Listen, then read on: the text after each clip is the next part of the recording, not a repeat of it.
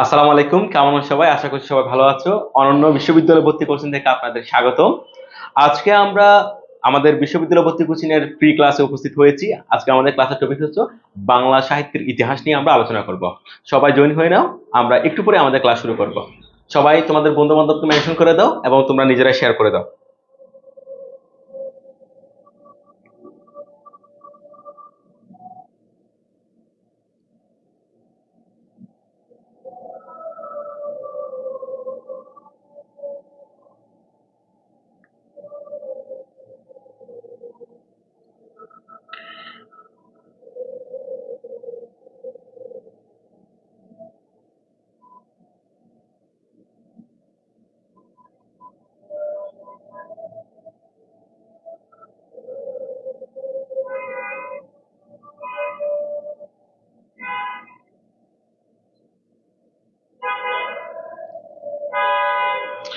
ইসরাত জাহান তামান্না, ওয়ালাইকুম সালাম।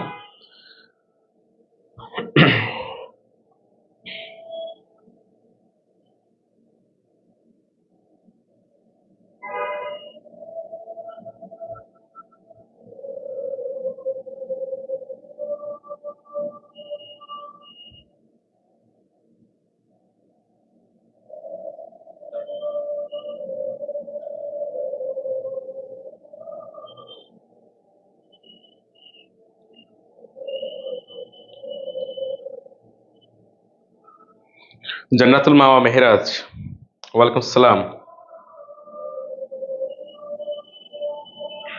তোমরা প্রত্যেকেই তোমাদের বন্ধু বান্ধবকে একটু করে মেনশন করে দাও এবং আমাদের লাইভটা শেয়ার করে দাও। প্রত্যেকেই প্রত্যেকেই আমাদের এই লাইভ ক্লাসটা বন্ধু বান্ধবকে মেনশন করো এবং তোমাদের বন্ধু বান্ধবকে শেয়ার করো। যারা এসএসসি 24 যারা আছো, 25 যারা আছো, তারপর 26 যারা আছো, সবাই সবাই বন্ধু বান্ধবকে মেনশন করো এবং বন্ধু বান্ধবের কাছে শেয়ার করে দাও।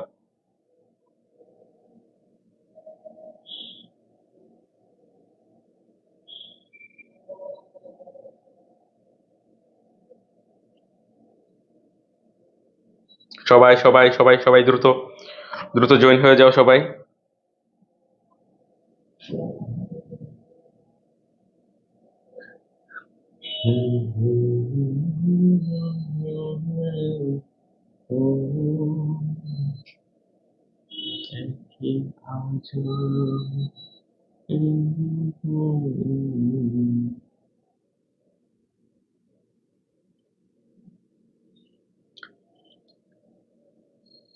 বন্ধু বান্ধবকে সবাই মেনশন করে দাও।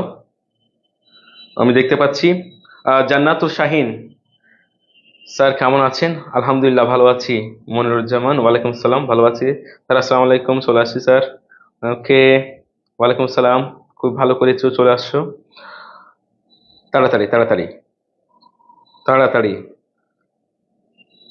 আমি আবার বলছি, এই ক্লাসটা শুধু আমাদের এসএসসি 24 না, 24, 25, 26 যারাই আছে না কেন সবার জন্য গুরুত্বপূর্ণ। কারণ বাংলা সাহিত্যের ইতিহাস সেটা আমাদের এসএসসি কিংবা এসএসসি কোনো জায়গায় কোনো পাঠ্যসূচিভুক্ত থাকে না, আমাদের সিলেবাসে থাকে না, সেজন্য এটা আমরা অনেক সময় বাদ দিয়ে যাই।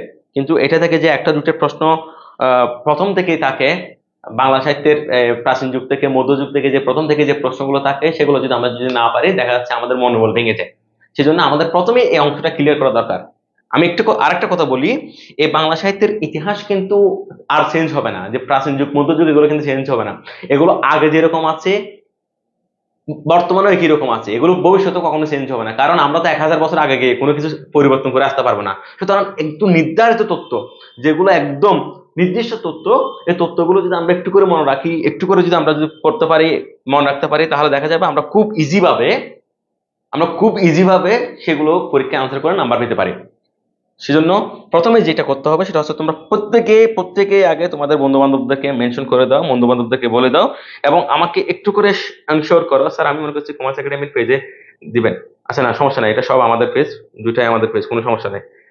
আমাকে প্রত্যেকে আগে একটু করে শিওর করো যে আমার কথা শোনা যাচ্ছে কিনা সুন্দর মতো, মানে সাউন্ডের কোনো প্রবলেম আছে কিনা, আমাকে একটু করে শিওর করো সবাই।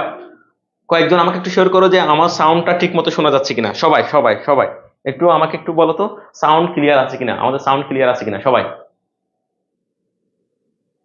এবং বোর্ড দেখতে কোনো সমস্যা হচ্ছে কিনা আমাকে একটু করে বলো, সাউন্ড ক্লিয়ার হচ্ছে কিনা। আর বন্ধু বান্ধব নেই স্যার। আচ্ছা ঠিক আছে, বন্ধু বান্ধব নাই, আমরাই তোমাদের বন্ধু বান্ধব। ঠিক আছে, বন্ধু বান্ধব মা বাবা সব, টিচারে বন্ধু টিচারে মা বাবা। স্যার সব ঠিক আছে, যাচ্ছে স্যার। ওকে, কোনো সমস্যা নেই। আমি আবার বলবো, হ্যাঁ তানভীর, তানভীরুল ইসলাম যাচ্ছে স্যার। ওকে, আসমা কবির, মোবারকা। ওকে সবাই, আমি সবাইকে বলবো ক্লাসটা তোমার নিজের কাছে রেখে দেওয়ার জন্য। অনেক সময় দেখা যায় আমরা পেজে প্রত্যেকদিন ক্লাস নিচ্ছি, প্রত্যেকদিন ভিডিও দিচ্ছি, প্রতিদিন কমপক্ষে 4-5টা স্ট্যাটাস থাকে, সেজন্য আমাদের ক্লাসগুলো অনেক দূরে চলে যায়, তুমি খুঁজে পাও না। সেজন্য তোমার কাছে যেসব ভিডিও গুরুত্বপূর্ণ, তোমার কাছে যেসব ক্লাস গুরুত্বপূর্ণ, তুমি সেগুলো তোমার টাইমলাইনের মধ্যে, নিজের টাইমলাইনের মধ্যে শেয়ার করে রাখবে। অথবা এমনও করতে পারো, যেমন আমি যেটা করি সাধারণত, আমার কাছে এরকম একটা নির্দিষ্ট একটা আইডিয়া আছে, আমি সেখানে আমার নিজস্ব যে জিনিসগুলো আছে, গুরুত্বপূর্ণ যে জিনিসগুলো আছে, যেগুলো আমার প্রয়োজন মনে হবে, আমি সেই জিনিসগুলো ওখানে ড্রপ করি, মেসেজ ড্রপ করি, যে এই আইডিতে এটা নির্দিষ্ট আইডি, এখানে আমি মেসেজ ড্রপ করি। ঠিক আছে, ওই তো আমি পরবর্তীতে এগুলো খুঁজে ফেলি, মানে ওখান থেকে নিয়ে যাই এরকম। আর তোমরাও কি করো, তোমরা এগুলো শেয়ার করে রাখো। আইডিটা শেয়ার করে রাখলে দেখা যাবে সেগুলো তোমরা খুব ইজি ভাবে তোমার যখন প্রয়োজন তখন খুঁজে পাবে। এখন ইজি ভাবে খুঁজে পাওয়ার জন্য তোমার কিন্তু পরীক্ষার আগে কিন্তু খুব বেশি দরকার, কারণ তুমি এটা জানো স্যার কি বলেছিল, এটা কি বলেছিল, এরকম একটা কি তৈরি হয়ে যায় আমাদের মধ্যে, মনের মধ্যে একটা ঝামেলাপূর্ণ পরিবেশ তৈরি হয়ে যায়, না না না না এটা এরকম, এটা এরকম, এটা পাবো কিনা, এটা পাবো কিনা, এরকম একটা ঝামেলা তৈরি হয়ে যায়। স্যার অনলাইন 24 বেজে অ্যাডমিশন কোর্স চালু করবেন কিনা অনলাইনে? আমরা অনলাইনে কখন চালু করবো সেটা এখনো পর্যন্ত বলি না, সেটা আমরা অফিসিয়াল সিদ্ধান্ত যখন আসবে তখন বলবো। তবে আমাদের প্রত্যেকটা প্রি ক্লাস যেগুলো আছে, যেগুলো অফলাইনে থাকবে, ওই প্রি ক্লাসগুলো অনলাইনে দিব। আর বাকি ক্লাসগুলো অনলাইনে কিভাবে দিব সেটা আমরা পরবর্তী দেখবো। যেমন আমরা সাধারণত এসএসসি 24 বা 23 যে বেসে যেগুলো করেছি, সেগুলো হচ্ছে আমাদের অনলাইন অফলাইন ক্লাসগুলো আমরা অনলাইনে দিয়েছি, কিন্তু সেগুলো প্রাইভেট গ্রুপে ছিল।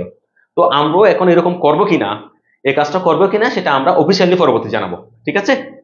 আচ্ছা, এরপর আচ্ছা আমরা শুরু করে ফেলি, আমরা কথা না বলে শুরু করে ফেলি। আমাদের প্রথমে যে যে অংশটুকু আমরা দেখতে পাবো, এখানে প্রথমে যে অংশটুকু দেখতে পাবো সেটা হচ্ছে আমরা প্রথমে বাংলা ভাষার ইতিহাসটা পড়বো। বাংলা ভাষার ইতিহাস, প্রথম আমরা বাংলা সাহিত্যের ইতিহাস পড়বো। ঠিক আছে, প্রথমে আমরা এই বাংলা ভাষাটা, আসলে বাংলা ভাষাটা কোত্থেকে আসছে আমরা সেটা একটু করে জানবো। দেখো, আমরা এখানে প্রথমেই দেখতে পাচ্ছি ইন্দো ইউরোপীয় ভাষা। ইন্দো ইউরোপীয় ভাষা, আমি তোমাকে একটা কথা তোমাকে প্রথমে বলে রাখি, ভাষা হচ্ছে একটা গতিশীল জিনিস। এই ভাষা প্রতি 50 বছর পর পর চেঞ্জ হয়ে যাবে, প্রতি 100 কিলোমিটার পর পর চেঞ্জ হয়ে যাবে। আমি তোমাকে এই কথাটা আবার বলছি, ভাষা প্রতি 50 বছর পর পর চেঞ্জ হয়ে যাবে। যেমন তোমার দাদির কথা আর তোমার কথা এক না, তোমার দাদার কথা তোমার কথা এক না, তোমার নানার কথা তোমার কথা এক না। যেমন তোমার দাদি যেটাকে, তোমার দাদি বলবে যে এটা এটা মোবিল, মোবিল বলবে, কম্পিউটার বলবে। তোমার দাদি এরকম বলবে, মোবিল বলবে, কম্পিউটার বলবে, কিন্তু তুমি তো মোবাইল আর কম্পিউটার বলো। তাহলে তোমার দাদের কথা তোমার কথার মধ্যে পার্থক্য আছে, কারণ এটা হচ্ছে জেনারেশন গ্যাপ। তোমার দাদির সাথে তোমার বয়সের ব্যবধান হচ্ছে 50 বছরের বেশি, সেজন্য।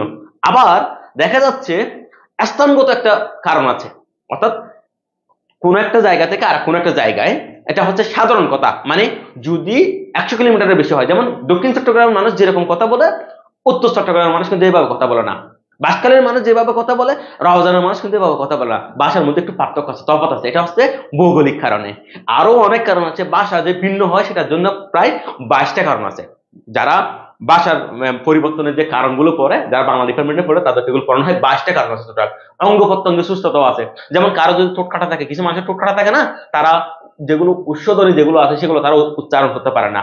আবার যেসব অঞ্চলে বেশি ঠান্ডা পড়ে, তারা ঠোঁটটা সবসময় সংকুচিত করে রাখে, সংবৃত উচ্চারণ করে। আবার যেসব অঞ্চলে গরম, তারা ঠোঁটকে বেশি প্রসারিত করে, এরকম করে। যেমন তুমি উগান্ডার মুভি যখন দেখবে, সাউথ আফ্রিকান মুভি যখন দেখবে, ওরা ওরা এরকম হ্যাঁ হ্যাঁ করে হাসলে দাঁতের এখানে কিন্তু দেখা যায়।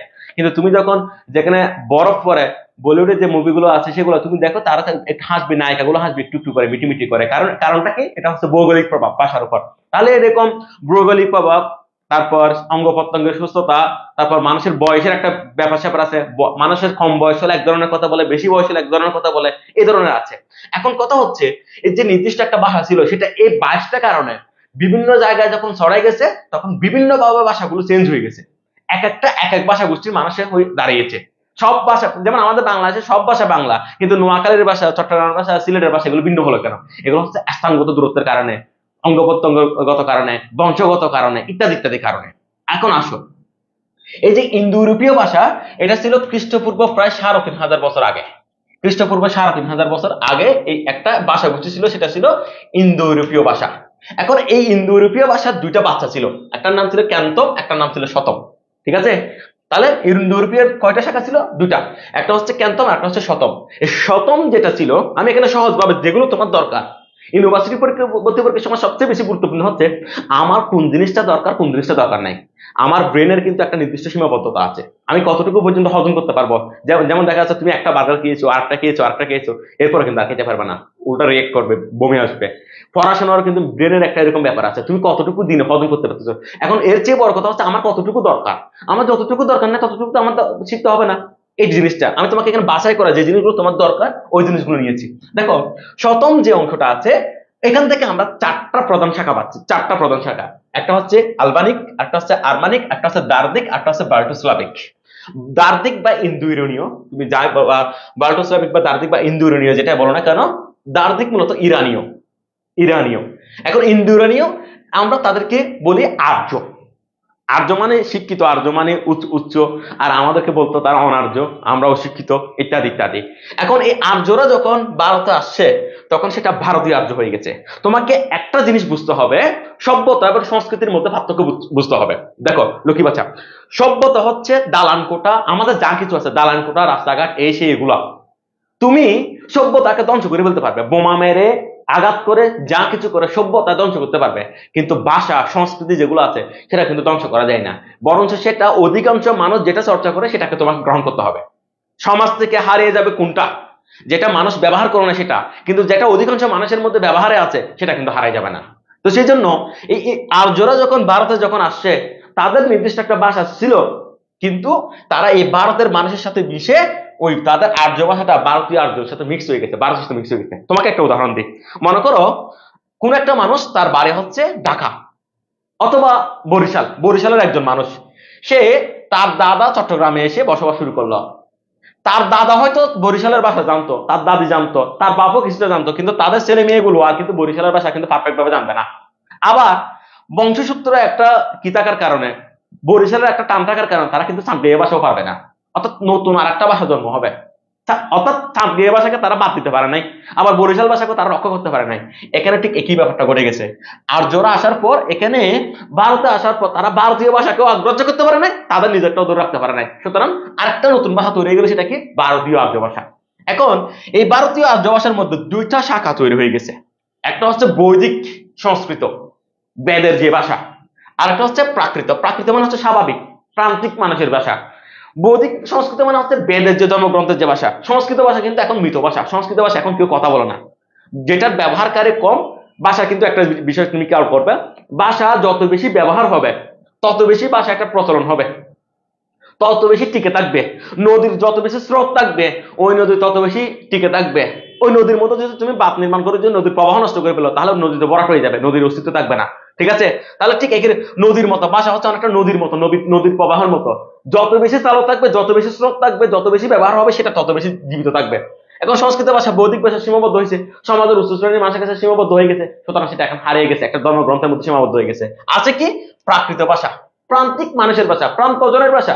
সেটা থেকে আমরা এই প্রাকৃত ভাষা থেকে মূলত বাংলা ভাষার জন্মটাকে ধরে থাকি, যে মূলত প্রাকৃত ভাষা থেকে বাংলা ভাষার জন্ম হয়েছে। তো প্রাকৃত কি হয়েছে? প্রাকৃত ভাষা কি সবসময় কি ঠিক থাকবে? ভাষা কি একটা নির্দিষ্ট প্রাকৃত মানুষ মানে সমাজের নিম্ন শ্রেণীর মানুষগুলো কি ঠিকভাবে ভাষা ব্যবহার করবে? না, এক জায়গায় ঠিক ছিল, সেটা ব্যবহার হতে হতে 100 বছর 200 বছর এরকম ব্যবহার হতে হতে হতে হতে সেটা অপভ্রংশ তৈরি হয়েছে। অপভ্রংশ মানে কি? অপভ্রংশ হচ্ছে বিকৃত হয়ে যাওয়া ভাষা। মানে আগে এক ধরনের ব্যবহার করতো, সেখান থেকে বিকৃত হয়ে মানুষ এখন আরেক ধরনের ব্যবহার করা শুরু করেছে। এখন এই প্রাকৃত অপভ্রংশটা আমরা দুইজনের মতামত পাই সেখানে। একটা হচ্ছে ডক্টর মোহাম্মদ শহীদুল্লাহর মতে গৌড়ীয় প্রাকৃত অপভ্রংশ থেকে বাংলা ভাষার জন্ম। এটা কার? ডক্টর মোহাম্মদ শহীদুল্লাহ। কে? ডক্টর মোহাম্মদ শহীদুল্লাহ। ডক্টর মোহাম্মদ শহীদুল্লাহর মতে গৌড়ীয় প্রাকৃত অপভ্রংশ থেকে বাংলা ভাষার জন্ম। আর ডক্টর সুনীতি কুমার চট্টোপাধ্যায়ের মতে মাগধ প্রাকৃত অপভ্রংশ থেকে বাংলা ভাষার জন্ম। অর্থাৎ এটা হচ্ছে ডক্টর মোহাম্মদ শহীদুল্লাহর মতে একটা গৌড়ীয় প্রাকৃত অপভ্রংশ, আর এটা হচ্ছে মগধ ভাষা থেকে বা মগধী প্রাকৃত থেকে বাংলা ভাষার জন্ম, সেটা বলেছে ডক্টর সুনীতি কুমার চট্টোপাধ্যায়। তাহলে আমরা এই যে দুইটা যে মতবাদ, যে গৌড়ীয় প্রাকৃত অপভ্রংশ কিংবা মগধ প্রাকৃত অপভ্রংশ যেটা আছে সেটা, এখন কথা হচ্ছে যদি তোমাকে যদি বলা হয় যে বাংলা ভাষার মা হচ্ছে সংস্কৃত আসলে বাংলা ভাষার সাথে সংস্কৃতের মায়ের সম্পর্ক না, এটা মায়ের সম্পর্ক না, এটা অনেকটা মানে মা তনয়ের সম্পর্ক না, মা মেয়ের সম্পর্ক না, এটা হচ্ছে অনেকটা বোনের সম্পর্ক। এটা যদি মা হয়, ভারতীয় আর্য ভাষা যদি মা হয়, সংস্কৃত বাংলা ভাষার মা হতে পারে না, সংস্কৃত বাংলা ভাষার বোন হতে পারে, বড় জোর। ঠিক আছে, সেটা আমরা অনেকদিন যাবত শুনে আসছি। বাংলাকে সংস্কৃত তনয়া বলা হয়, সংস্কৃতের মেয়ে বলা হয়, আসলে না, সংস্কৃত বড় জোর বাংলা ভাষার বোন হতে পারে। ঠিক আছে, এরকম বাংলা ভাষার খুব কাছাকাছি আরেকটা বোন আছে, যেটা হচ্ছে অসমীয়া ভাষা। অসমীয়া ভাষা আর বাংলা ভাষা হচ্ছে খুব কাছাকাছি, দুজনে বোনের সম্পর্ক, তাহলে সংস্কৃত বাংলা ভাষার মানা। আমি এবার ব্যাপারটা তোমাকে আরেকটু ক্লিয়ার করে বলি, যে ইন্দোরীয় ভাষার যে দুইটা গোষ্ঠী আছে, ক্যান্তম এবং শতম, সেখানের মধ্যে 4টা ভাষা গোষ্ঠী আমরা পেয়েছি, আলবানিক, আরমানিক, দ্রাবিড়, বাল্টোস্লাভিক। সেখান থেকে পেয়েছি আমরা আর্য। আর্যটা যখন ভারতে ব্যবহার হয়েছে তখন ভারতীয় আর্য। ভারতীয় আর্য ভাষার দুইটা শাখা ছিল, বৈদিক সংস্কৃত, প্রাকৃত। প্রাকৃত থেকে সেটা অপভ্রংশ, এই অপভ্রংশ প্রাকৃত অপভ্রংশ থেকে ডক্টর মোহাম্মদ শহীদুল্লাহর মতো গৌড়ীয় প্রাকৃত অপভ্রংশ থেকে বাংলা ভাষার জন্ম, আর ডক্টর সুরতি কুমার চট্টোপাধ্যায়ের মতো মগধী প্রাকৃত থেকে বাংলা ভাষার জন্ম। বুঝাচ্ছে? তাহলে এই যে বাংলা ভাষার জন্মের ইতিহাস, যে বাংলা ভাষার ইতিহাস, যে আমরা বাংলা ভাষাটা কিভাবে পেলাম, এই যে একটা বিস্তারিত কাহিনী, এই কাহিনীটা যদি তোমার বুঝে আসে তাহলে তুমি লিখো ওকে, তুমি লিখো ওকে। তোমার বুঝে আসে কিনা দেখো, তোমার বুঝে আসে কিনা দেখো। স্যার, চট্টগ্রাম বিশ্ববিদ্যালয়ে বাংলা দ্বিতীয় পত্রে কোন কোন টপিক থেকে প্রশ্ন হয়? ইনশাল্লাহ সেগুলো খুব ক্লিয়ার করে একদিন একটা ভিডিও বানাই দিব, যে কোন কোন টপিক তোমাকে বাংলা মানে চট্টগ্রাম বিষয়ের জন্য পড়তে হবে, কোন কোন টপিক তোমাকে ঢাকা বিষয়ের জন্য পড়তে হবে। একদম খুব ইজি ভাবে একদিন একটা সুন্দর ভিডিও বানাই দিব।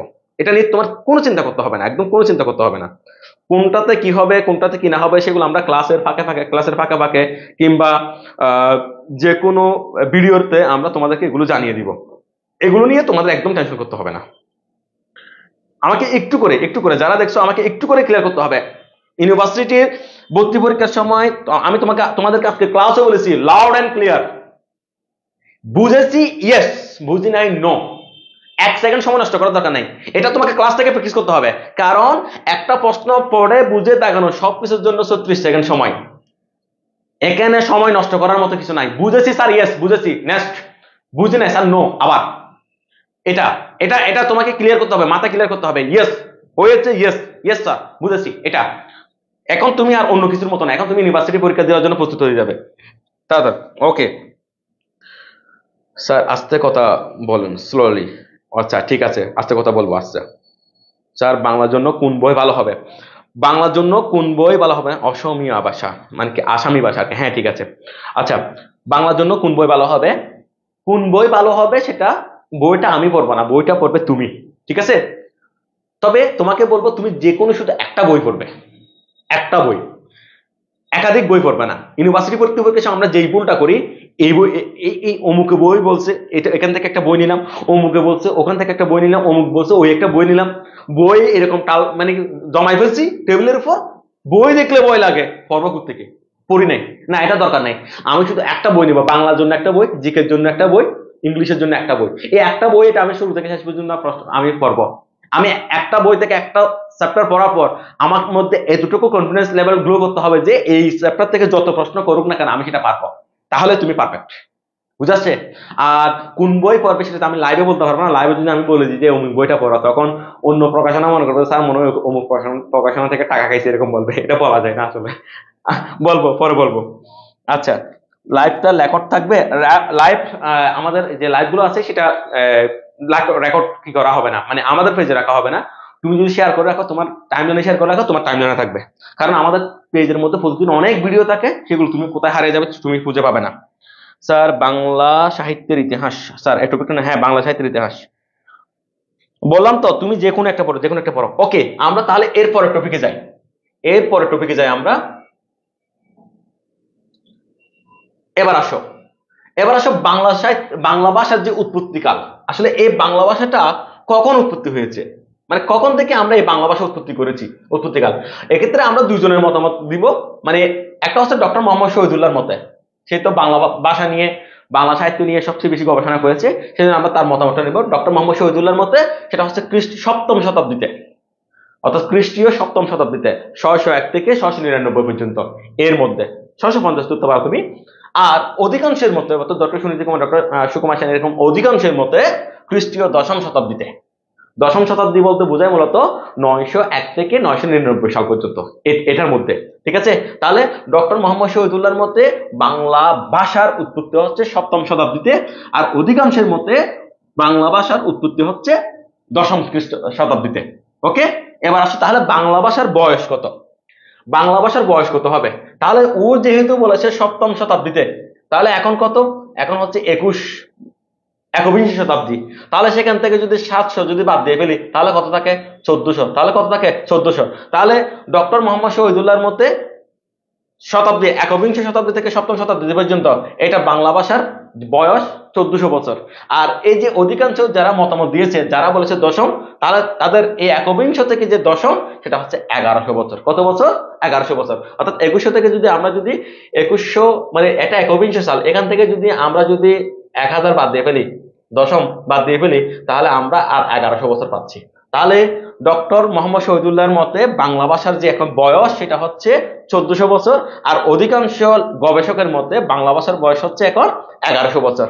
কারণ ডক্টর মোহাম্মদ শহীদুল্লাহর মতে বাংলা ভাষার উৎপত্তি হচ্ছে 7ম শতাব্দীতে। কত শতাব্দীতে? 7ম শতাব্দীতে। আর অধিকাংশ লেখকের মতে বাংলা ভাষার জন্ম বা উৎপত্তি হচ্ছে 10ম শতাব্দীতে। কত শতাব্দীতে? 10ম শতাব্দীতে। ওকে, এই জিনিসটা বুঝে আসছে কিনা, এখানে আরো কোনো কনফিউশন আছে কিনা? যদি তোমার বুঝে আসে তাহলে লিখো ক্লিয়ার, লিখো ক্লিয়ার, লিখো ক্লিয়ার। এমসিকিউতে আসলে দুইটাই অপশন থাকলে কোনটা দেখাবো? না স্যার, এমসিকিউতে দুইটা অপশন থাকবে না, যে কোনো একটা অপশন থাকবে, কারণ প্রসিদ্ধ মত যেটা সেটাই থাকবে। আর যদি দুইটাই যদি অপশন যদি থাকে তাহলে তুমি ডক্টর মোহাম্মদ শহীদুল্লাহর এই মতামতটাকে প্রাধান্য দিবে। 7ম শতাব্দীতে এটা প্রাধান্য দিবে, ডক্টর মোহাম্মদ শহীদুল্লাহর মতামতটাকে প্রাধান্য দিবে। যদি তোমার বুঝতে আসে তাহলে লেখো ক্লিয়ার। হ্যাঁ, পরীক্ষায় ডক্টর মোহাম্মদ শহীদুল্লাহটা দেখাবে। যদি বুঝে আসে তাহলে লিখো ক্লিয়ার, ক্লিয়ার লিখো, ক্লিয়ার। যদি তোমার বুঝে আসে তাহলে ক্লিয়ার লিখো, তাড়াতাড়ি তাড়াতাড়ি। ওকে, যদি বুঝে আসে তাড়াতাড়ি তাড়াতাড়ি। আর কারো কোনো প্রশ্ন থাকলে প্রশ্ন করতে পারো, কারো কোনো প্রশ্ন থাকলে প্রশ্ন করতে পারো, কারণ আমরা বাংলা ভাষার ইতিহাস থেকে এখন বাংলা সাহিত্যের দিকে যাব, বাংলা সাহিত্যের ইতিহাসের দিকে যাব। এতক্ষণ পড়েছি আমরা বাংলা ভাষা, এরপর আমরা বাংলা সাহিত্যের দিকে যাব। ওকে, ক্লিয়ার সবার? ভেরি গুড, খুব ভালো।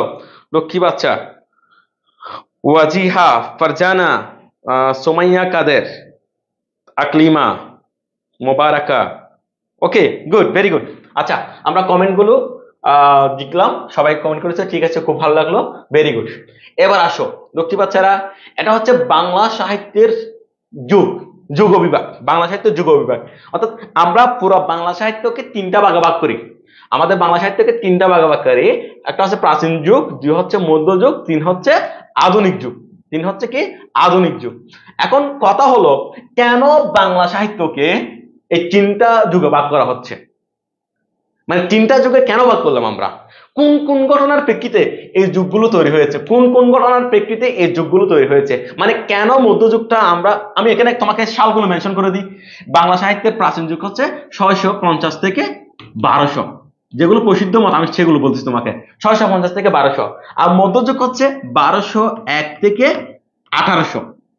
ঠিক আছে, আর আধুনিক যুগ হচ্ছে 1801 থেকে বর্তমান, 1801 থেকে কত? বর্তমান পর্যন্ত। ওকে, এখন আমাকে বলতে হবে, তোমাদের মধ্যে যে কোনো একজন বলতে হবে যে কোন ঘটনার প্রেক্ষিতে, কোন কোন ঘটনার প্রেক্ষিতে এই যুগ বিভাজন করা হয়েছে। মানে এই সাল কেন, মানে 1201 সাল কেন, 1801 সাল কেন, এগুলো কেন হয়েছে আসলে? এগুলো এখান থেকে গিয়ে এখানে থেমে গেছে কেন? কে বলতে পারবে? যে কোনো একজন, যে কোনো একজন। স্যার এটা কি বিংশ শতাব্দী না, এটা একবিংশ শতাব্দী স্যার, এটা একবিংশ শতাব্দী। স্যার এসএসসি 26 কবে ক্লাসটা? এটা সবার জন্য, এসএসসি 24, 25, 26 সবার জন্য, এটা সবার জন্য দরকার। আর তুমি যদি মনে করো স্যার আমি এখন ফার্স্ট ইয়ারে পড়ি, তার ফার্স্ট ইয়ারে পড়লে কি হয়েছে, তুমি সায়েন্সের স্টুডেন্ট, একটু কথা চিন্তা করো, কিন্তু ইন্টার ভর্তি হওয়ার আগে থেকে ফিজিক্স কেমিস্ট্রি বায়োলজি পড়তে শুরু করেছে মেডিকেলের জন্য। তাহলে সে যদি মেডিকেলের জন্য এত প্রিপারেশন নিতে পারে, এত কষ্ট করতে পারে, তা তুমি ইউনিভার্সিটির জন্য করবে না কেন? করবে না কেন? তোমার এই বয়স তো আর আসবে না, এই কলেজ লাইফ তো আর আসবে না, নাকি কলেজ লাইফ 2বার পরীক্ষা দিতে চাও, এরকম করতে চাও না? এরকম করতে চাই না তো, এরকম করতে না চাইলে আমাকে পড়তে হবে, কষ্ট করতে হবে, কষ্ট করতে হবে অবশ্যই। এবার আমাকে একটু করে বলতে হবে কোন ঘটনার প্রেক্ষিতে আসলে এই যুগ বিভাজনটা করা হয়েছে। কে পারবে? একটু করে, একটু করে, কেউ একজন, কেউ একজন, কেউ একজন, কোন ঘটনার প্রেক্ষিতে?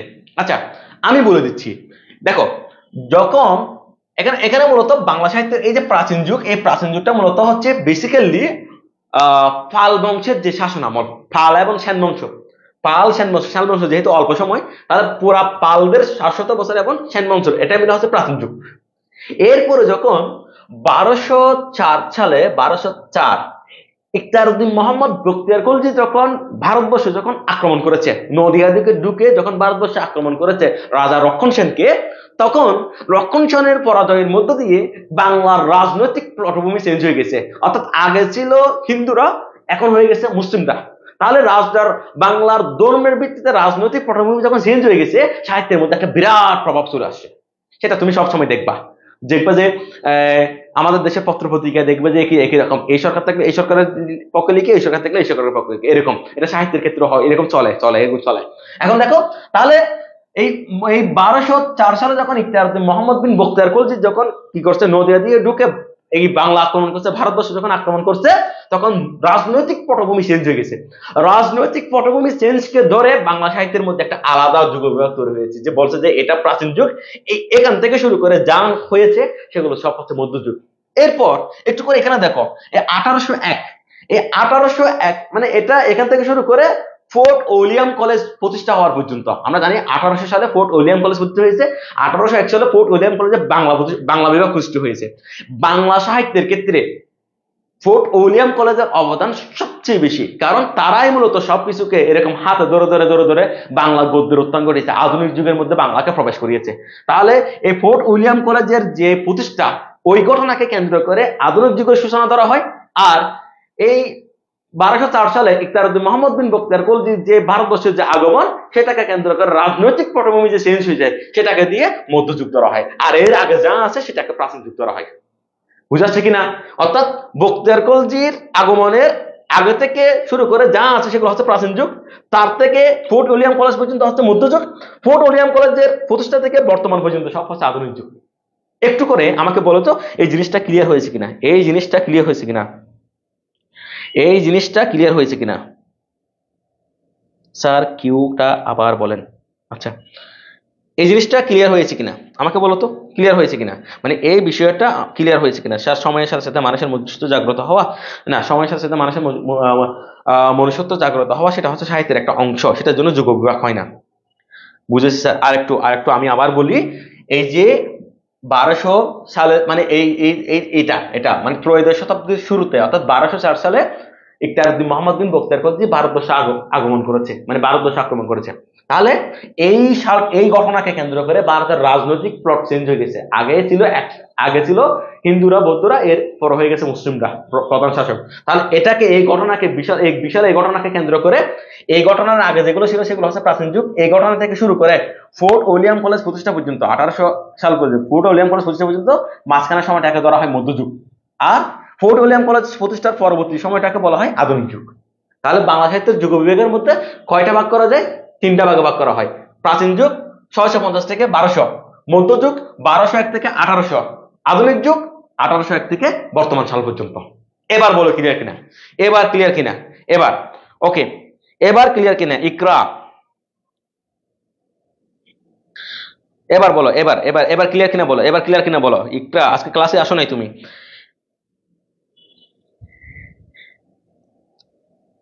এবার ক্লিয়ার কিনা বলো, এবার ক্লিয়ার কিনা বলো। এখানে আমার বসও চলে আসছে, আমি জানি কার জন্য দেখতেছে এগুলো, আর নজরকে শেখানোর জন্য। আচ্ছা তাহলে বলো ক্লিয়ার কিনা? ক্লিয়ার, গুড, ভেরি গুড, ওকে, ভেরি গুড। কারো কোনো প্রবলেম আছে কিনা, কোনো প্রশ্ন আছে কিনা? আমরা এর পরবর্তী স্লাইডে যাব। অর্থাৎ আমরা এখন পড়বো প্রাচীন যুগ নিয়ে, এর পরবর্তী স্লাইড থেকে আমরা পড়বো প্রাচীন যুগ নিয়ে। এখন কারো কোনো প্রশ্ন আছে কিনা? Good, very good. সাইদা বিনতে মমতাজ, একটু কথা বলতে হবে। যদি একটু কথা বলো তাহলে আমি বুঝে যাবো আসলে তোমার বুঝে আসছে, আর নয়তো আমি তো তোমাদের চেহারা দেখছি না। ক্লাসে ইনস্ট্যান্ট রেসপন্স করো, এই সবার বুঝে আসছে, হ্যাঁ স্যার, কিন্তু এখানে তো আমার সামনে মোবাইল ছাড়া কিছু নাই, সেজন্য তোমাকে কথা বলতে হবে। কথা বললে আমি ক্লিয়ার হবো যে হ্যাঁ তোমার বুঝে আসছে।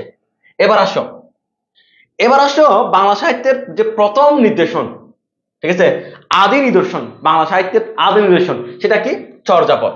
তাহলে চর্যাপদ গুলো কি কি দেখো? চর্যাপদ হচ্ছে বাংলা সাহিত্যের আদি নিদর্শন, অর্থাৎ বাংলা সাহিত্যের সর্বপ্রথম যে নিদর্শনটা আমরা পাই সেটা হচ্ছে চর্যাপদ।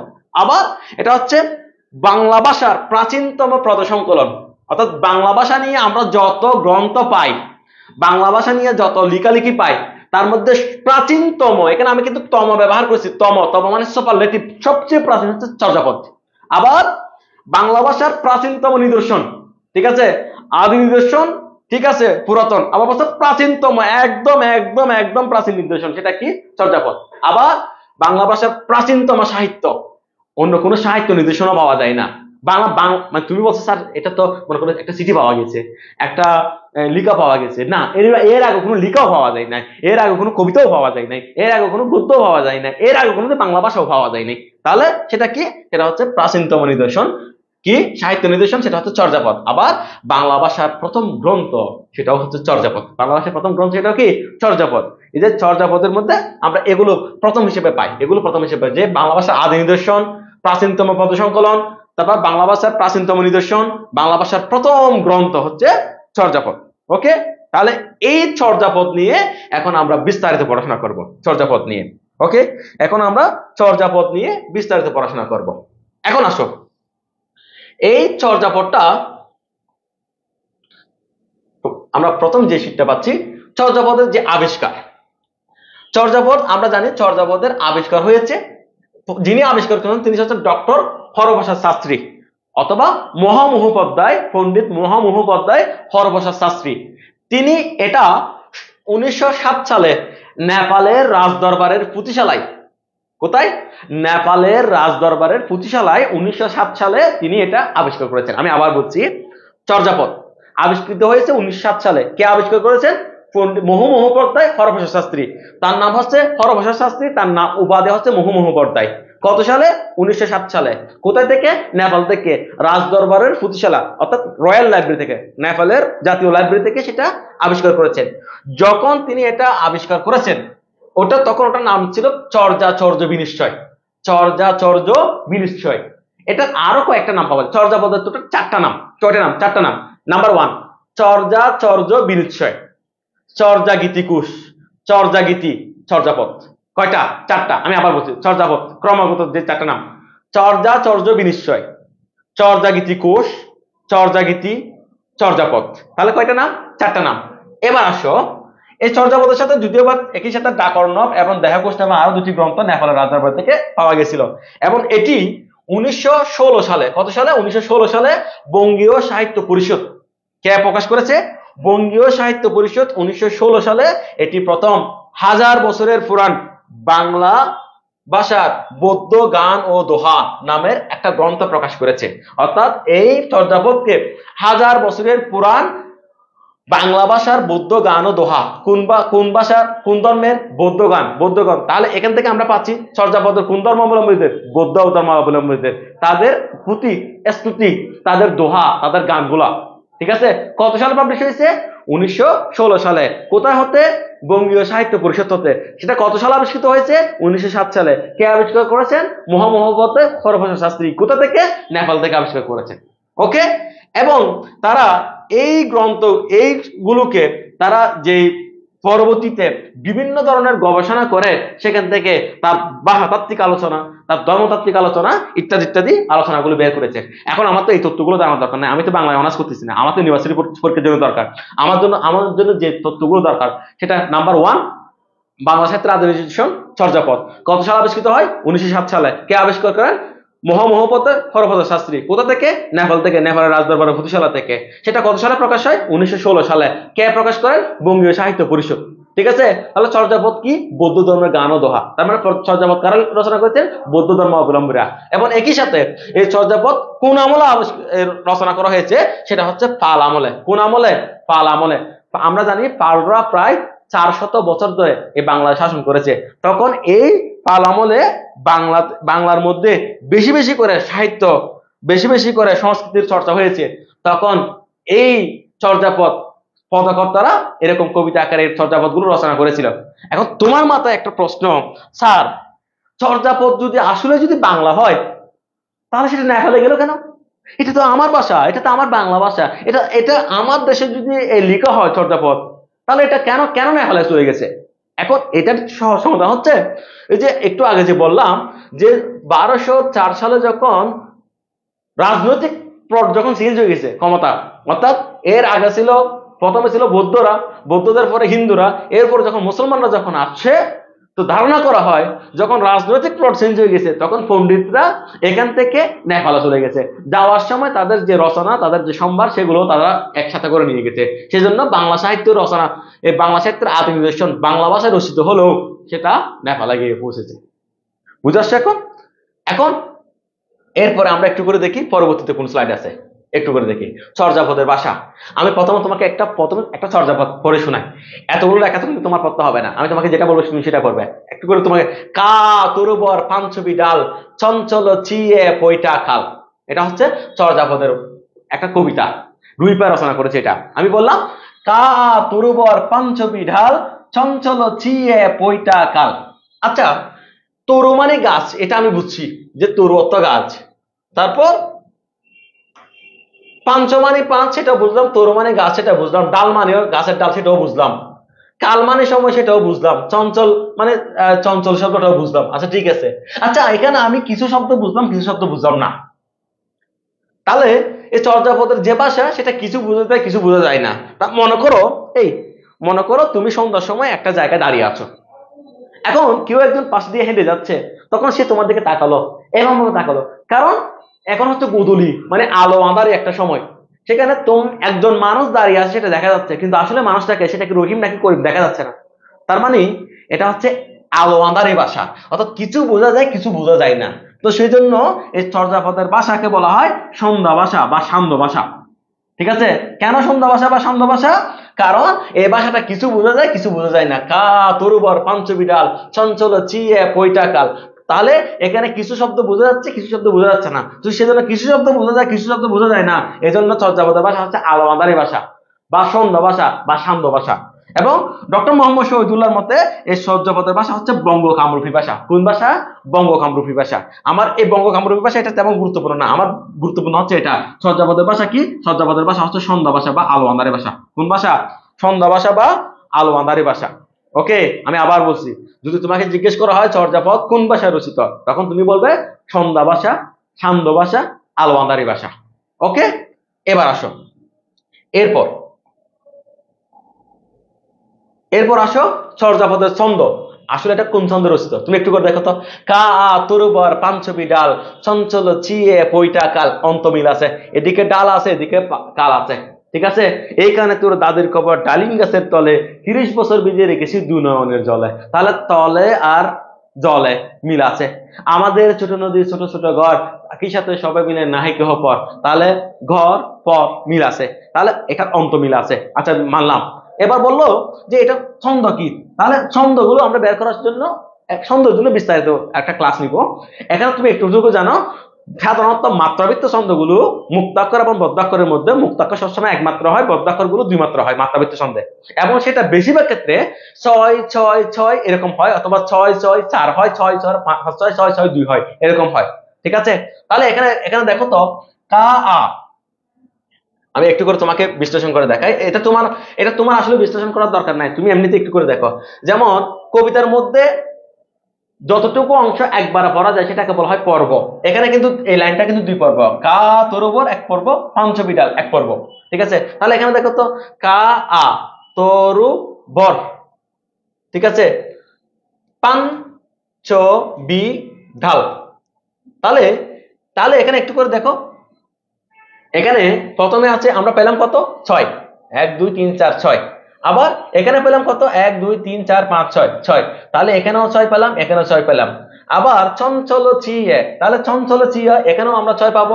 এরপর যাত্রা হবন, তাহলে আমরা বলি 6 6 + 4 6 6 5 6 6 2, এরকম যাই হোক না কেন, সাধারণত এটা হচ্ছে মাত্রাবৃত্ত ছন্দ। কোন ছন্দ? মাত্রাবৃত্ত ছন্দ। আমার এগুলো জানার দরকার নাই, এটা আমার জানার দরকার নাই, এটা আমার জানার দরকার নাই।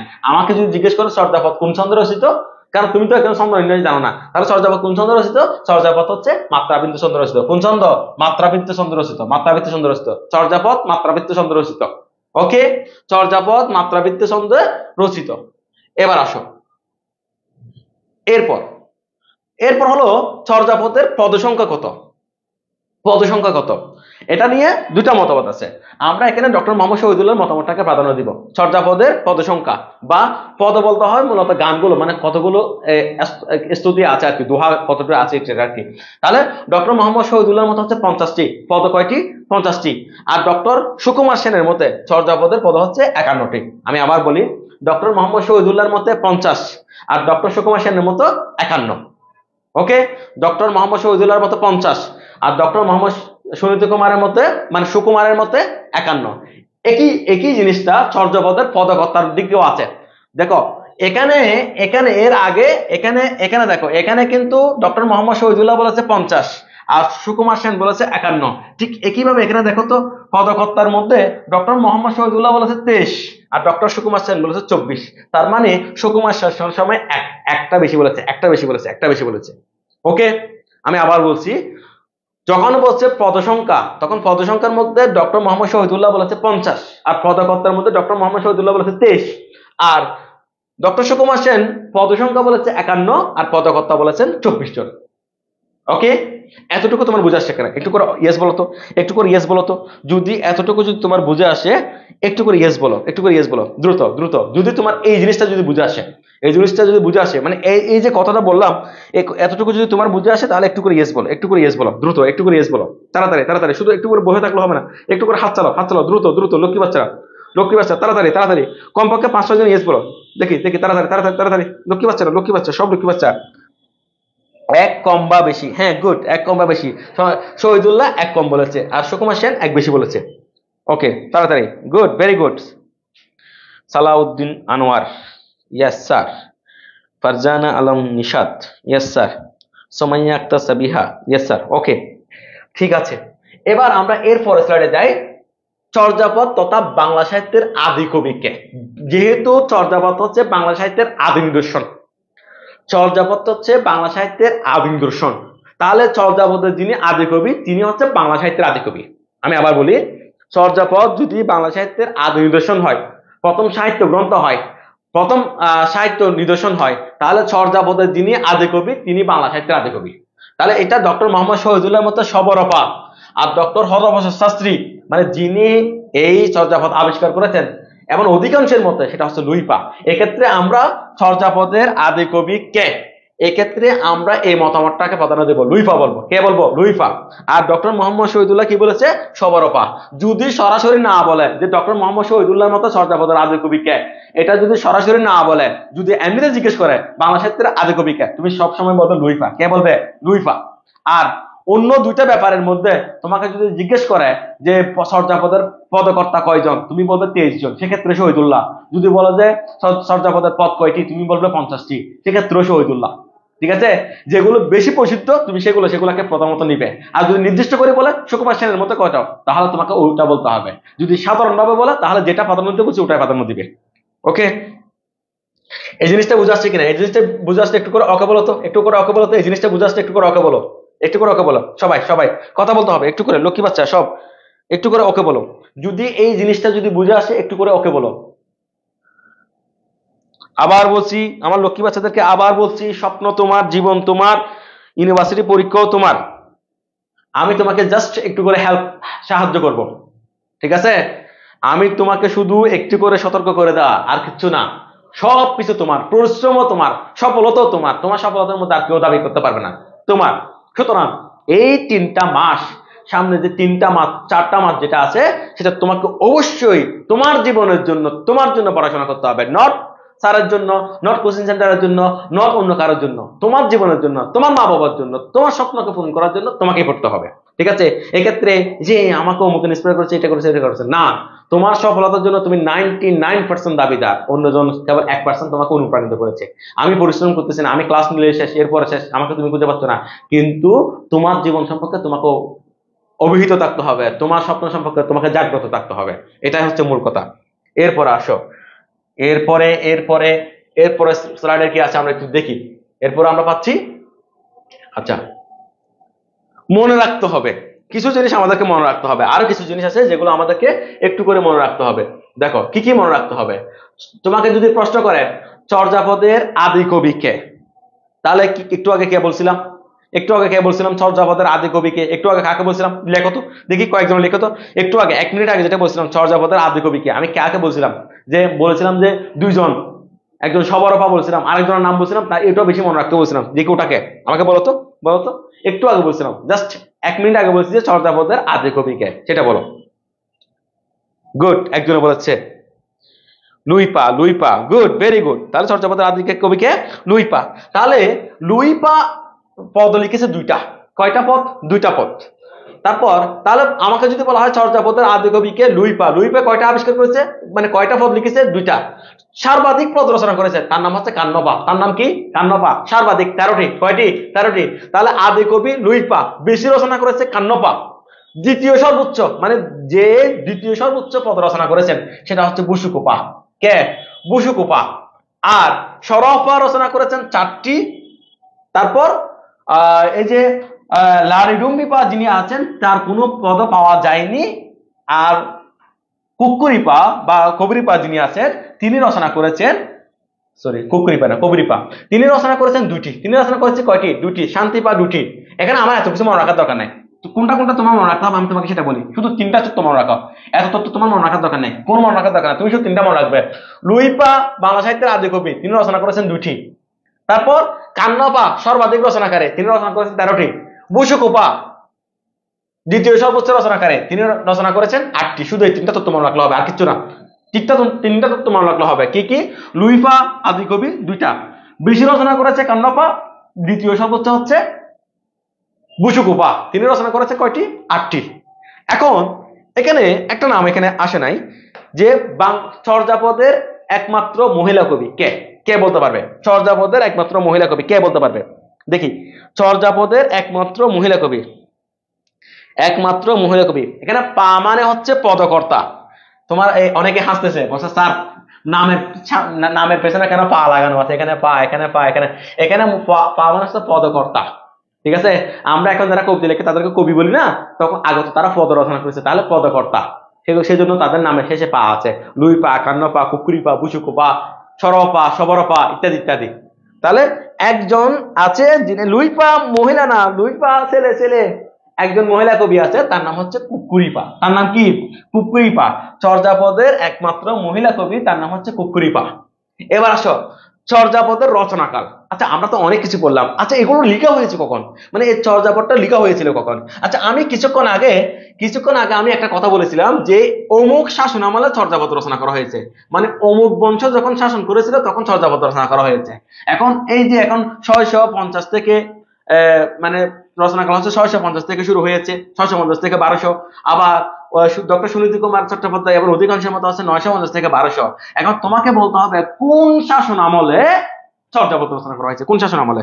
একটু করে বলো দেখি, বলো তো, বলো তো, যে কি বলো। স্যার আল্লাহ, আমি এতক্ষণ এটাকে মহিলা ভাবছি। না না না, লুইপা হচ্ছে, আচ্ছা লুইপা মহিলা বাবার কারণ আছে তো, এখন নতুন মেয়ে একটা আছে তো গান গায় ভালো, লুইপা সুন্দর গান গায় মেয়েটা, সেজন্য ভাবছিলাম মনে হয় না এটা চর্যাপদের, এটা পুরুষ। এখন আমাকে একটু বলো, সকলের জন্য দোয়া রইলো। উমা সালমা আক্তার, ঠিক আছে ঠিক আছে, দোয়া রইলো, আলহামদুলিল্লাহ। Good, very good. অনেকেই বলেছে পাল বংশের শাসন আমলে। তাহলে এই চর্যাপদের রচনাকাল হচ্ছে ডক্টর মোহাম্মদ শহীদুল্লাহর মতো হচ্ছে 650 থেকে শুরু হয়েছে এই রচনাকাল, এবং ডক্টর সুনীতি কুমার চট্টোপাধ্যায় বলছে 1200 থেকে 950 থেকে 1200 পর্যন্ত। ঠিক একইভাবে এই জিনিসটা আমি তোমাকে একটু করে বলি, মানে এই জিনিসটা কিন্তু আমি প্রথমে তোমাকে পড়াইছিলাম, এই জিনিসটা কিন্তু আমি তোমাকে প্রথমে পড়াইছিলাম, তখন কিন্তু এই সালটা বলি নাই, তখন বলেছিলাম যে 7ম শতাব্দী। কি বলেছিলাম? 7ম শতাব্দী। এটা বলেছিলাম 10ম শতাব্দী। কখন? বাংলা ভাষার উৎপত্তি। ঠিক আছে, বাংলা ভাষা কি বলেছিলাম? উৎপত্তি। যে বলেছিলাম যে ডক্টর মোহাম্মদ শহীদুল্লাহ এরকম বলেছে, অধিকাংশ লেখক এরকম বলেছে, এরকম একটা বলেছিলাম না বাংলা ভাষার উৎপত্তি। তো বাংলা ভাষার উৎপত্তি মানে কি? চর্যাপদের উৎপত্তি। তো বাংলা ভাষা লিখছে মানে কি? চর্যাপদ লিখছে, এই জিনিসটা। তাহলে এটা, তাহলে কত সাল থেকে? ডক্টর মোহাম্মদ শহীদুল্লাহর মতে চর্যাপদের রচনাকাল হচ্ছে 650 থেকে শুরু হয়েছে, আর ডক্টর মোহাম্মদ সুনীতি কুমার চট্টোপাধ্যায়ের মতে হচ্ছে চর্যাপদ 950 থেকে শুরু হয়েছে। ওকে, বুঝাচ্ছে কিনা? আর যদি বলো, যদি এটা যদি এরকম যদি না দেয়, যদি বলে যে কত শতাব্দীতে শুরু হয়েছে, তখন ডক্টর মোহাম্মদ শহীদুল্লাহর মতো 7ম, আর অধিকাংশের মতো হচ্ছে 10ম, অধিকাংশের মতো কত? 10ম। অর্থাৎ 7ম শতাব্দী মানে হচ্ছে 601 থেকে 699, এটা হচ্ছে 7ম শতাব্দী। আর 10ম মানে হচ্ছে এই 901 থেকে 999 পর্যন্ত, এটা হচ্ছে 10ম। ওকে, তাহলে শুরু হয়েছে এদের অধিকাংশের মতো হচ্ছে দশম শতাব্দীতে, আর ডক্টর মোহাম্মদ শহীদুল্লাহর মতো হচ্ছে সপ্তম শতাব্দীতে, অথবা 650 থেকে অথবা 950 থেকে। ওকে, এই জিনিসটা বুঝে আসছে কিনা, এই জিনিসটা বুঝে আসছে কিনা একটু করে বলো। স্যার এগুলো কিভাবে মনে রাখবো, সব মাথার উপর দিয়ে যাচ্ছে, কোনো সমস্যা নেই লক্ষ্মী বাচ্চা, এগুলো তোমাকে শুধু একবার মনে রাখলে হবে, এর বেশি মনে রাখতে হবে না, কারণ এগুলো এর বাইরে আর কিছু নেই, একদম এর বাইরে কোনোদিন আসবে না, এগুলাই আসবে, এর বাইরে আসবে না, শুধু এই অল্প কথাগুলো, একটুখানি কথা, সব মিলে এক পৃষ্ঠা, এই কথাগুলো মনে রাখতে হবে, হয়ে যাবে। ডক্টর মোহাম্মদ শহীদুল্লাহ এবং সুনীতি কুমারের কনফ্লিক্ট শেষ হবে না, না না, দরকার নাই, শেষ হওয়ার দরকার নাই। স্যার এগুলো কি ভাষা, দাঁত ভেঙে যাচ্ছে, না দাঁত ভেঙে যাবে না, দাঁত পরিষ্কার হয়ে যাবে। তারপর স্যার চুলগুলো দুষ্টু সামনে চলে আসে, না না চুলগুলো ভালো, এটা কাকুলি বলেছে এরকম করে রাখতে। আচ্ছা, এরপরে এরপরে দেখি, এরপরে একটু করে দেখি কোন স্লাইড আছে আমাদের, পরবর্তী স্লাইডটা কি আমরা একটু করে দেখবো, পরবর্তী স্লাইডটা একটু করে দেখবো। চর্যাপদের বয়স, যেহেতু ডক্টর মোহাম্মদ শহীদুল্লাহ বলেছে চর্যাপদ লেখা শুরু হয়েছে 650, তাহলে 2024 থেকে যদি আমি 650 বাদ দিই, তার মানে 1374 বছর ডক্টর মোহাম্মদ শহীদুল্লাহর মতে। এটা আনসার দেখাবে, এটা চর্যাপদের বয়স কত, চর্যাপদের বয়স হচ্ছে এখন 1374 বছর, বা প্রায় 1400 বছর। মানে বাংলা ভাষার যেটা বয়স এটা আর কি, বাংলা ভাষার বয়স কত বলেছিলাম, দুইটা বলেছিলাম, একটা বলেছিলাম 1100 বছর, আর একটা বলেছিলাম 1400 বছর। ডক্টর মোহাম্মদ শহীদুল্লাহর মতো হচ্ছে 1400 বছর, সপ্তম শতাব্দী থেকে একবিংশ শতাব্দী পর্যন্ত 1400 বছর, তার মানে কত, 1374 বছর, কত বছর, 1374 বছর। আর অধিকাংশ লেখক বা doctor Mohammad sorry doctor Suniti Kumar Chattopadhyay অথবা অধিকাংশ লেখকের মতে 2024 থেকে 950 বাদ দিলে আর 1074, তার মানে কত, প্রায় 1100 বছর, প্রায় 1100 বছর, এটা হচ্ছে প্রায় 1400 বছর। ঠিক আছে, আমি আবার বলছি, তোমাকে যদি জিজ্ঞেস করা হয় চর্যাপদের বয়স কত, তখন ডক্টর মোহাম্মদ শহীদুল্লাহর মতে 650, মানে 2024 থেকে 650 বাদ দিয়ে দিলে তার মানে 1374, দ্যাট মিনস 1400 বছর, প্রায় 1400 বছর। আর যদি বলা হয় অধিকাংশ গবেষকের মতে চর্যাপদের বয়স কত, তখন তুমি 2024 থেকে কত বাদ দিয়ে ফেলবে, 950 বাদ দিয়ে ফেলবে, তখন হবে 1074 বছর, বা প্রায় 1100 বছর, প্রায় 1100 বছর। ওকে, যেটা তোমার যখন দরকার হয় তুমি তখন সেটা বলবে। ওকে, আচ্ছা, এরপর একটু করে আসি আমরা, চর্যাপদের বয়স গেল, এখন আসছে বাংলা সাহিত্যের অন্ধকার যুগ। লক্ষ্মী বাচ্চারা, আমরা কিন্তু অলরেডি এতক্ষণ পর্যন্ত যেগুলো পড়েছি সেটার মাধ্যমে কিন্তু চর্যাপদ শেষ করে ফেলেছি। ওকে, আমাদের চর্যাপদ শেষ হয়ে গেছে, এখন যেটা আছে সেটা হচ্ছে অন্ধকার যুগ। আচ্ছা, অন্ধকার যুগটাকে আমি তোমাদেরকে একটু করে বলি, সেটা হচ্ছে এই যে বাংলা সাহিত্যের যে যুগ বিভাগ আমরা পড়ছিলাম, বাংলা সাহিত্যের যে যুগ বিভাগ পড়ছিলাম আমরা, এই যুগ বিভাগের মধ্যে আমরা প্রথমে পেয়েছিলাম মধ্যযুগ, প্রথমে হচ্ছিলাম প্রাচীন যুগ, প্রাচীন যুগের পর মধ্যযুগ, এরপর হচ্ছে আধুনিক যুগ। ঠিক আছে, এখন মধ্যযুগের মধ্যে এসে, মধ্যযুগের যে আমি কত কত বলেছিলাম, মধ্যযুগের মধ্যে আমি বলেছিলাম যে 1201 থেকে 1800 সাল পর্যন্ত। এখন 1201 থেকে 1800 সাল পর্যন্ত এসে, সেখানে সেখানে 1201 থেকে 1800 সালের মধ্যে এসে কি হয়ে গেল, প্রথমে একটা বিরাট একটা কি হয়ে গেল, এই এই এই জায়গায়, ঠিক এই জায়গার মধ্যে দেখা যাচ্ছে, এই জায়গায়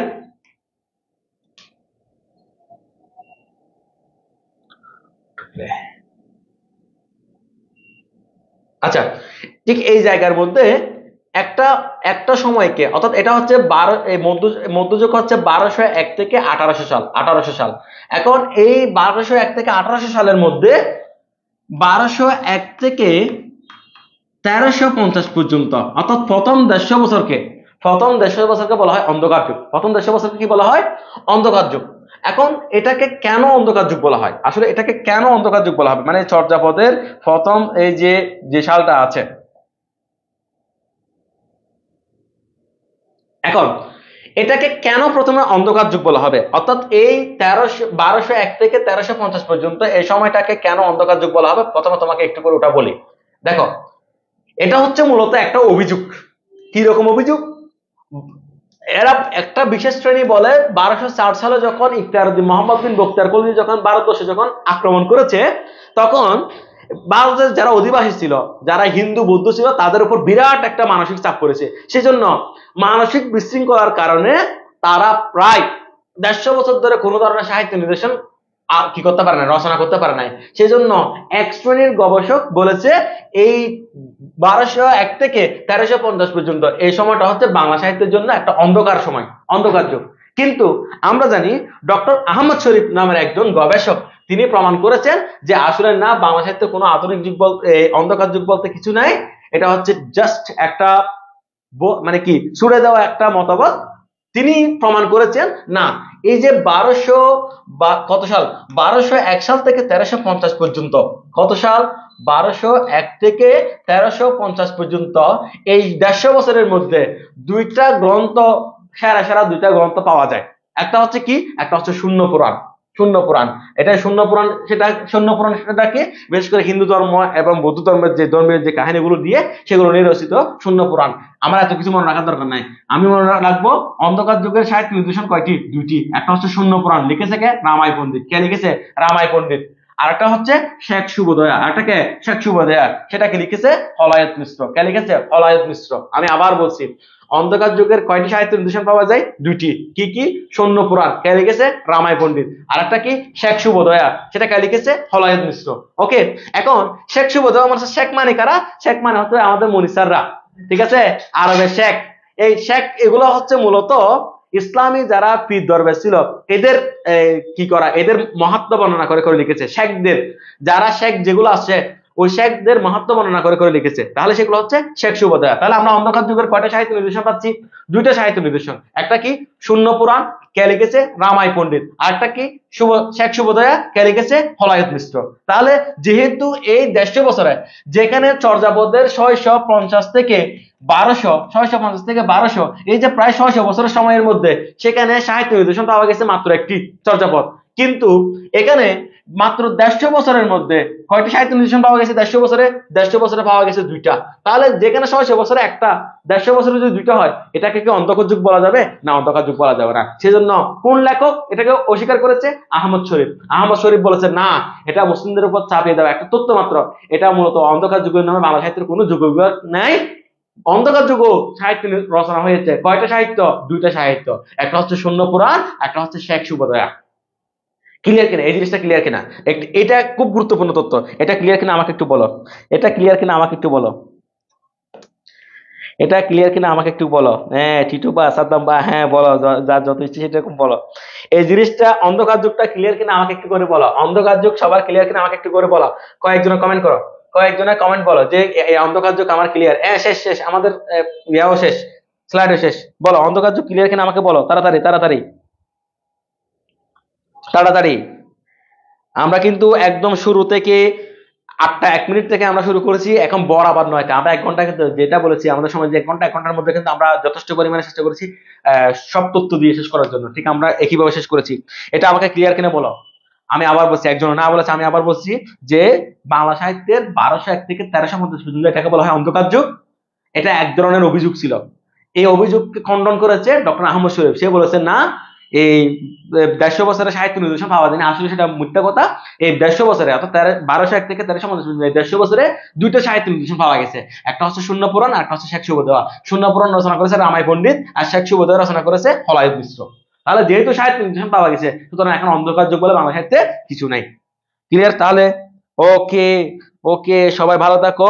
আর তোমরা এরকম লাইভ ক্লাস নিয়মিত চাও কিনা আমাকে একটু করে জানাও। 1 মিনিট সময়, 1 মিনিট সময় তোমরা এইরকম লাইভ ক্লাস, মানে ইউনিভার্সিটি ভর্তি পরীক্ষা সম্পর্কিত লাইভ ক্লাস, বা তোমাদের যেগুলো ডিমান্ডেবল যে ক্লাসগুলো আছে বিভিন্ন টপিকের উপর, এগুলো নিয়মিত চাও কিনা আমাকে 1 মিনিটে একটু করে জানাও। 1 মিনিটে একটু করে জানাও যে এরকম চাই কিনা, তোমরা এরকম চাও কিনা, আমাকে একটু করে জানাতে হবে, একটু করে জানাতে হবে, দ্রুত আমাকে একটু করে জানাতে হবে। ক্লাস কি শেষ? জি স্যার, জি স্যার। আমাকে একটু করে জানাতে হবে তোমরা যে এরকম ক্লাস চাও কিনা, মানে এরকম আমরা এরকম ক্লাসগুলো নিব, ফ্রি ক্লাসগুলো নিব বিভিন্ন টপিকের উপর, যেগুলো তোমার ইন্টারেস্ট ছিল না এরকম টপিকের উপর, বা ইউনিভার্সিটির জন্য বেশি গুরুত্বপূর্ণ এরকম টপিকের উপর, আবার কিংবা ইউনিভার্সিটির জন্য সাজেশনমূলক ক্লাস, যে কোন কোন টপিক বেশি পড়তে হবে, আগে পড়তে হবে, কোন টপিকগুলো পড়তে হবে, এরকম যে এরকম ক্লাসগুলো আমরা নিব কিনা, এগুলো চাও কিনা? জি স্যার, চাই চাই। ওকে ওকে স্যার, আবার কখন ক্লাস নেবেন? ইনশাল্লাহ যখনই আমাদের ফ্রি ক্লাস থাকবে তখনই আমি আবার ক্লাস নিব, কোনো সমস্যা নাই, ঠিক আছে। আর আগামী পরশুদিন, আগামী পরশুদিন কি বার? হ্যাঁ, বুধবার। আগামী পরশুদিন আমাদের জিকে লাভার ইলহাম স্যারের জিকে ক্লাস, ফাটাফাটি জিকে ক্লাস, অনলাইন এবং অফলাইন। আজকে আমি একটা দুঃখ প্রকাশ করতেছি, আজকে আমরা ক্লাস ঘোষণা করেছিলাম, কিন্তু আমাদের স্টুডেন্ট, আমরা যতটুকু মনে করেছিলাম যে প্রথম ক্লাস বৃষ্টি হচ্ছে, হয়তো স্টুডেন্ট আসবে না, কিন্তু তোমরা আল্লাহ রহমতে এত বেশি আসছো, আমরা জায়গা দিতে পারি না। পরবর্তী আরেকটা রুমে আমরা ব্যবস্থা করে ইনস্ট্যান্ট ক্লাস দিয়েছিলাম। আমি দুঃখ প্রকাশ করছি, আগামী ক্লাস থেকে আমরা এরকম একই টাইমে ক্লাস রাখবো না, আমরা অন্ততপক্ষে 2টা টাইমে ক্লাস রাখবো, এবং একটা 10টা থেকে থাকবে, একটা 11:30 থেকে থাকবে, অর্থাৎ একটা 10টা থেকে 11:30, আর একটা হচ্ছে 11:30 থেকে যতটুকু নেওয়া যায় ততটুকু। অর্থাৎ আমরা আর আগের মতো এরকম করবো না, আমরা ভাগ করে ক্লাস নেবো, তোমরা এরকম ভাগ করে আসতে পারবে। ওকে। আর আগামী বুধবারে অর্থাৎ পরশুদিন জিগালাবা আমাদের ইলহাম স্যারের ক্লাস থাকবে, এবং ওই ক্লাসটা আমরা আবার চেষ্টা করব তোমাদের কাছে পৌঁছে দেওয়ার জন্য, সর্বসাধারণের কাছে পৌঁছে দেওয়ার জন্য। আমাদের ফ্রি ক্লাসগুলো আমরা এভাবে দেওয়ার চেষ্টা করব। এর সাথে আরেকটা বিষয় আমাদের গুরুত্বপূর্ণ হচ্ছে, তোমরা যদি তোমাদের কোনো ক্লাসের উপর ডিমান্ড থাকে যে স্যার এই টপিকের উপর একটা ক্লাস দেন, এটা আমার বাংলা যেরকম টপিক হোক, তোমরা আমাকে কমেন্টে জানাবে, আমি ইনশাল্লাহ ওই টপিকটা ক্লাস নিব। আর এখানে এসএসসি 25 এবং 26 যারা আছো, তারা ভাবতেছো স্যার ইউনিভার্সিটি অ্যাডমিশনের ক্লাসগুলো হবে, আমাদেরগুলো হবে না। না, তোমাদেরগুলো রেগুলার নিয়মে চলতে থাকবে, তোমাদেরগুলো তোমাদের মতো চলবে, আর ইউনিভার্সিটি অ্যাডমিশন টেস্টের ক্লাসগুলো আলাদাভাবে হবে, সবটাই চলতে থাকবে। মনির ভাই কিছু বলবেন আপনি? আচ্ছা, ঠিক আছে, সবাই ভালো থাকো, আল্লাহ হাফেজ, আসসালামু আলাইকুম।